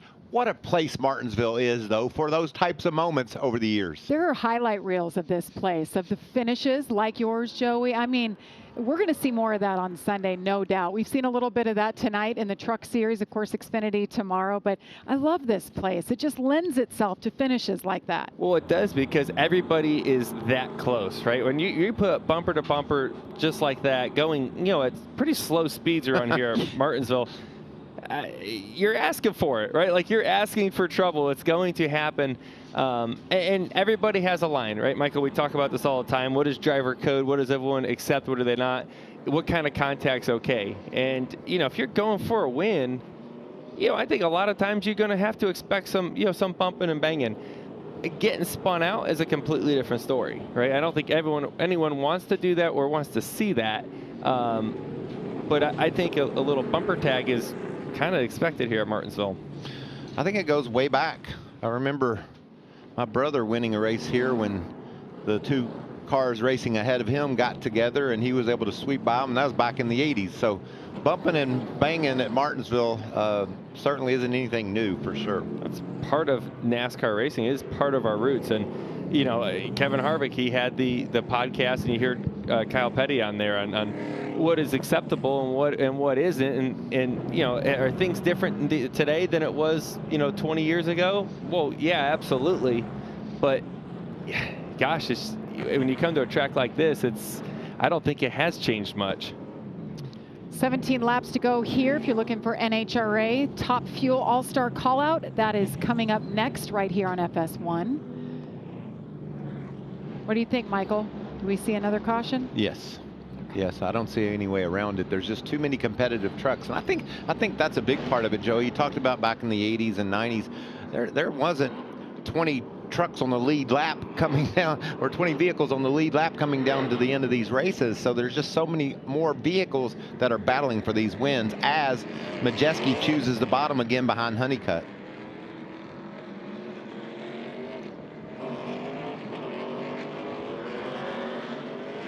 Ty Majeski in second. Let's listen to his radio. He kind of set the principle there for how he's willing to race for the win. So yeah, for sure. I mean, just get your stuff right. You can do this. I told you, Joey. He was saying, you know, he kind of said what it's going to take to win the race, and they were reminding. Yes. That's exactly what they were reminding Ty Majeski of what Honeycutt did to grab the lead. We don't think Honeycutt crossed the line, but he was reminded that he did have contact with Corey Heim. Right. And I would think if Ty Majeski can get there and move him up a little bit, it's probably going to happen. Don't forget about Ankrum on the outside. Tyler Ankrum on the outside, 98. Ty Majeski all over the bumper of Caden Honeycutt. And there's a couple, taps right there. Honeycutt clears him. Honeycutt just needs to drive the 15 laps of his. Oh, looky there! He opened the door. He opened the door. Here's Daniel Hemrick taking a peek. Oh no! Around goes Ty Majeski, and around goes Caden Honeycutt. Into the wall. The caution is out for the 10th time. Oh no! And Ankrum was close. I don't know if Ankrum got in the back of, or in the left rear of Majeski. We'll have to see a replay of that. Look at that truck, just shortened. Oh man, look at that team. Oh man. Look at the back of the 45. Such a great run for that young man. Let's see if we can figure out what happened. Here you go, look at Ankrum. He gets a run. He's trying to make a block at the same time.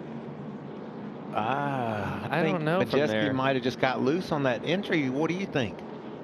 I don't know. That angle's really hard to say. I mean, he might have just gotten free into the corner. Yeah, yes, he did. He wheel hopped, I believe. Maybe got those back brakes hopping. I think you're right. Oh. Yeah, here's a good angle. Watch those rear tires into the corner. There you see that truck hop. You see the back of the truck. It started hopping, 1 or 2 hops there. And at that point, as a driver, once you start wheel hopping down into the corner here at Martinsville, over. You're along for the ride. Let's see what Chandler Smith sees.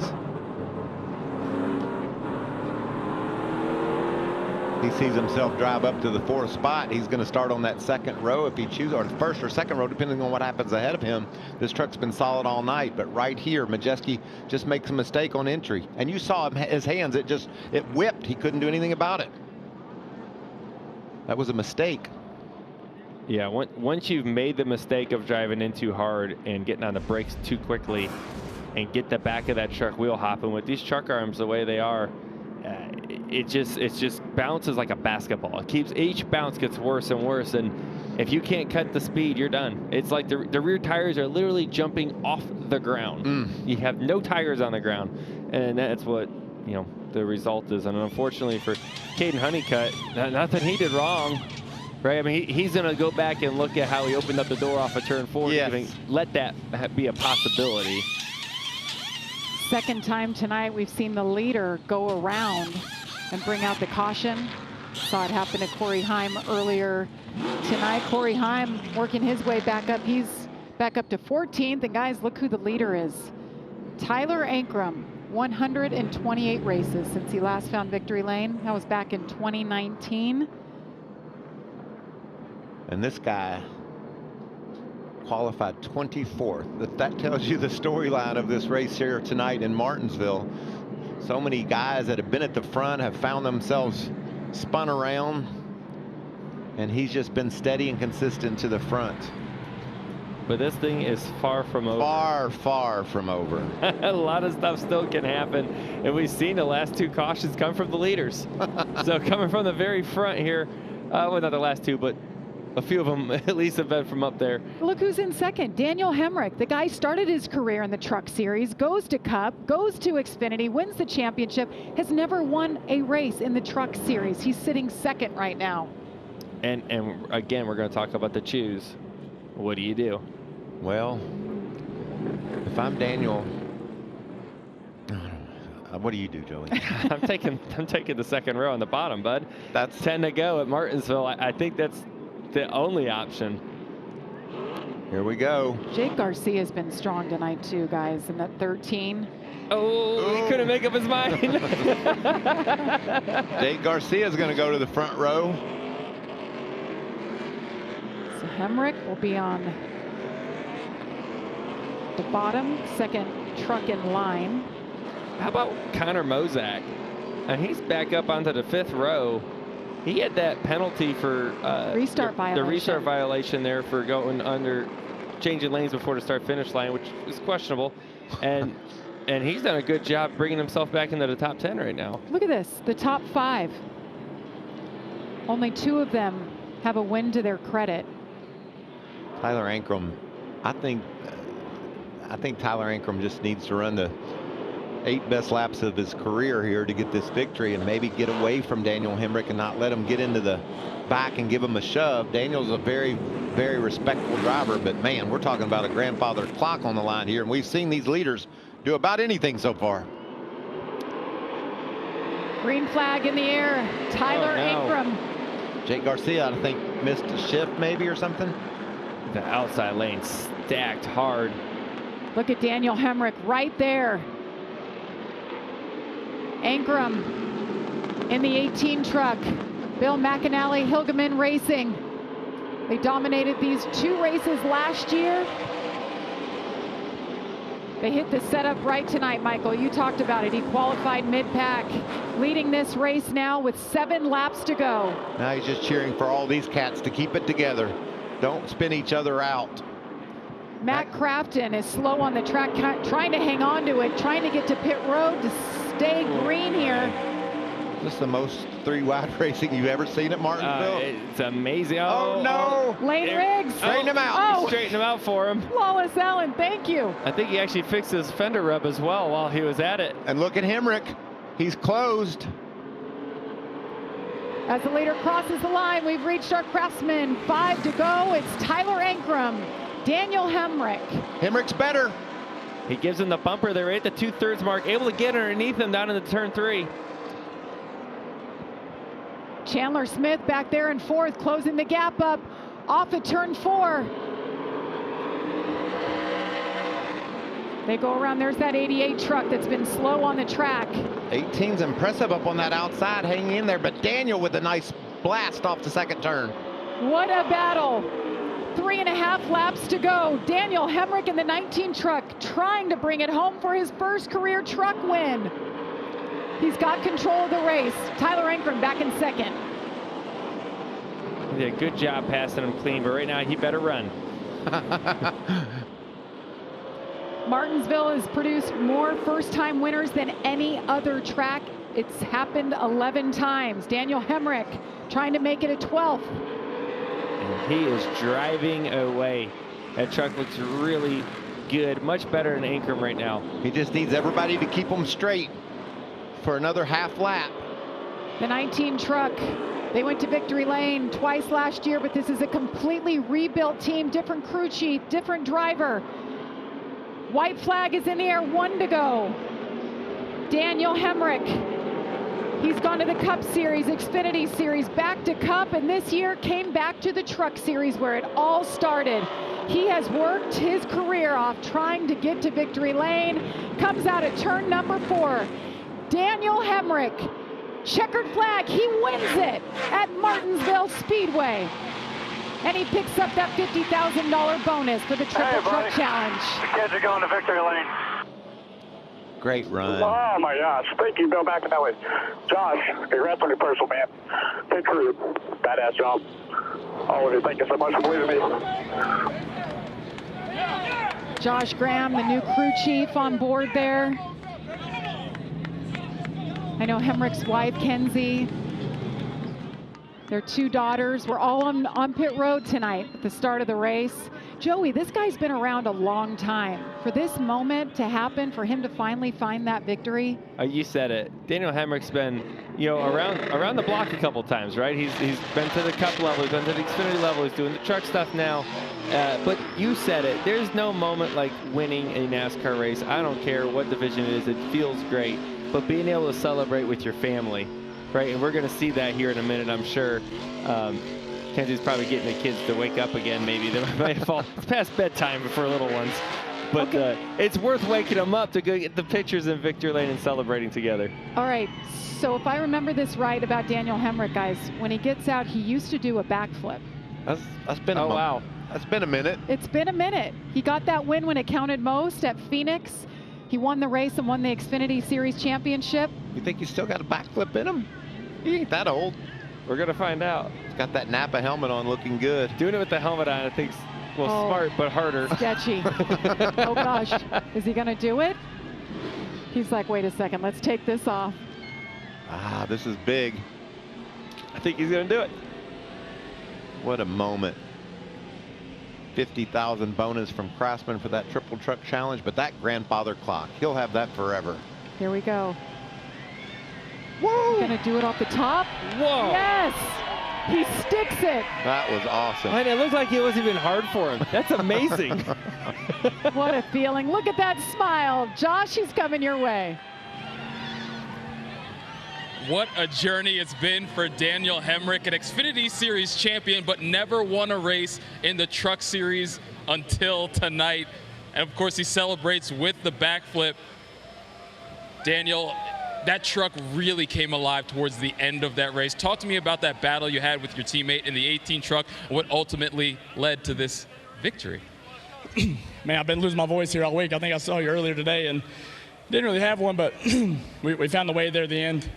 I wanted to race Tyler. Obviously, we got a long season ahead. I wanted to race him as clean as I could, but I walked out of here twice thinking there's a missing spot in my dining room for a clock, so it's cool to finally get one here, to have Mike and Paula from Gates Hydraulics here. Their first race with me. This truck's now 3 for 3 here, this exact same chassis. Huge congrats. Thanks to everyone at MHR, Bill McAnally, and Bill Hillman for this opportunity, man. I said I want to come back here and not come back here to get back anywhere, just come back here to win, to stay humble, just enjoy this journey, man. I'm so thankful for the path I've been on. And I see this extra 50 grand we won, so thanks to Craftsman, and what a series. Super proud just to be here. And man, Napa Auto Care, Poppy Bank, South Point Hotel Casino, I'm sure I'm forgetting somebody, but man, we've had a lot of good tools. Chevrolet does a lot for us, but so sweet to have a clock there sitting in the home here suit. You got the clock, of course, the Triple Truck Challenge winner, so you take the check as well, and you got on top of the truck. I saw you thinking a while about the backflip. Were you always going to do that, or were you a little hesitant there? Yeah, the funny thing is my wife asked me a couple weeks ago if I was old enough, if I felt like I was young enough and not too old to do it. I sat there and practiced once, so last week in our backyard I cut a backflip on the flat ground. I thought the old man still got it and proved that tonight. Congrats on the win. Caitlin? Gosh, 2 weeks in a row now for Corey Heim. Frustrating circumstances keeping you from a win. What are the emotions that you're experiencing right now, and what are the positives perhaps you can take from the speed you've had 2 weeks in a row now? Yeah, a lot of frustration, of course. Really wanted to get a win for Toyota's 5 on the truck start, but you know, obviously I had the Tundra to do it today. Just feel like we, I don't know, got used up there a little bit. So I don't think he intended to cut my left rear down. I think if he wanted to do that, he would have just wrecked me as it is. So yeah, just watching it here, I mean, kind of jacked me up in 1 and 2, and then just kind of running to me in 3 and 4. I mean, it wasn't anything malicious, but I don't know. I guess I would have liked to have been cut or break. In hindsight, I think if he knew he was going to cut down my left rear, he probably wouldn't have done it. But it doesn't stop me from being pretty frustrated at him to begin with. So super thankful for Tricon Garage, Toyota Racing. This Mobile 1 Tundra was really good today. I just feel like we, I don't know, just needed a better restart, I guess. Thank you. Tough break for Corey Heim 2 weeks in a row now. Jamie?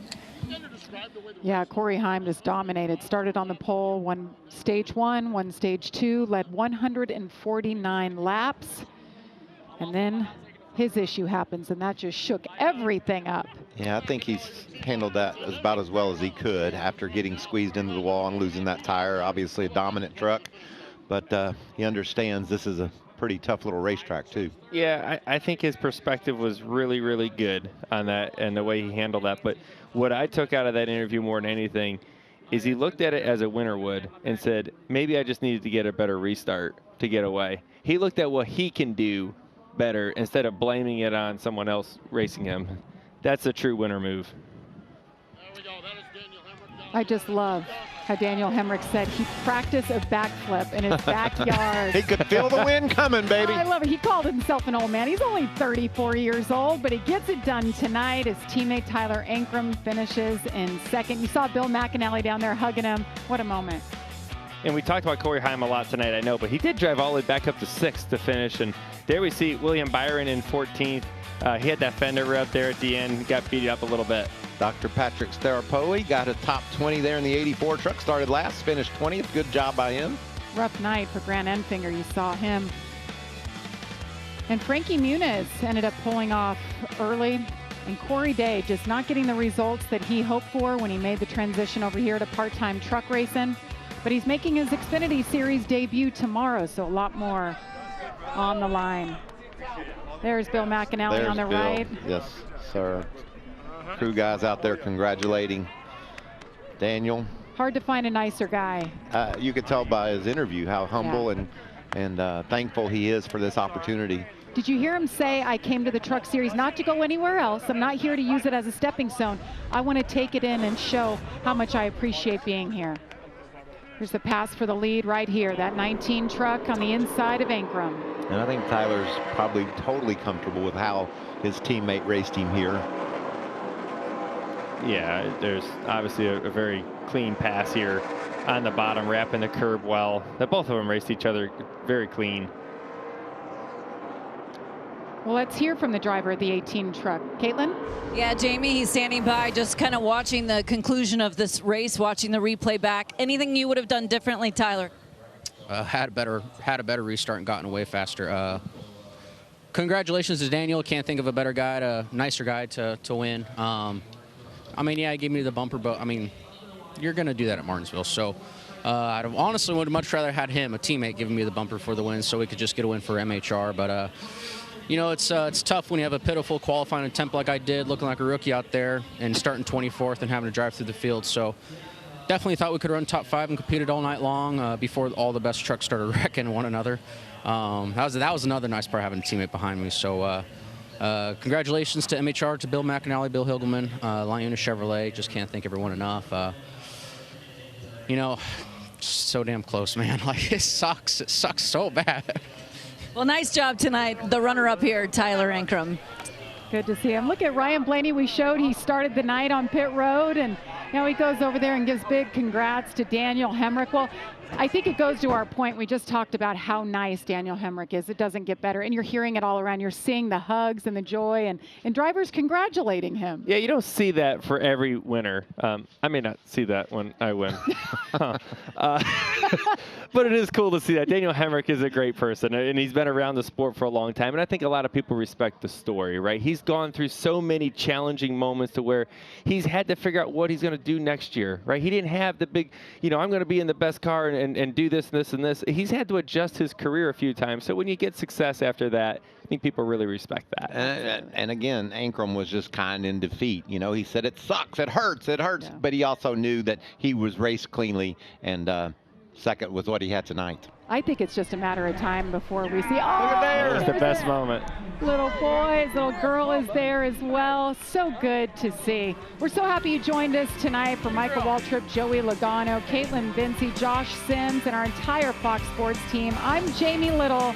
Congratulations, Daniel Hemrick. Coming up next, it's the NHRA Top Fuel All-Star Call-Out.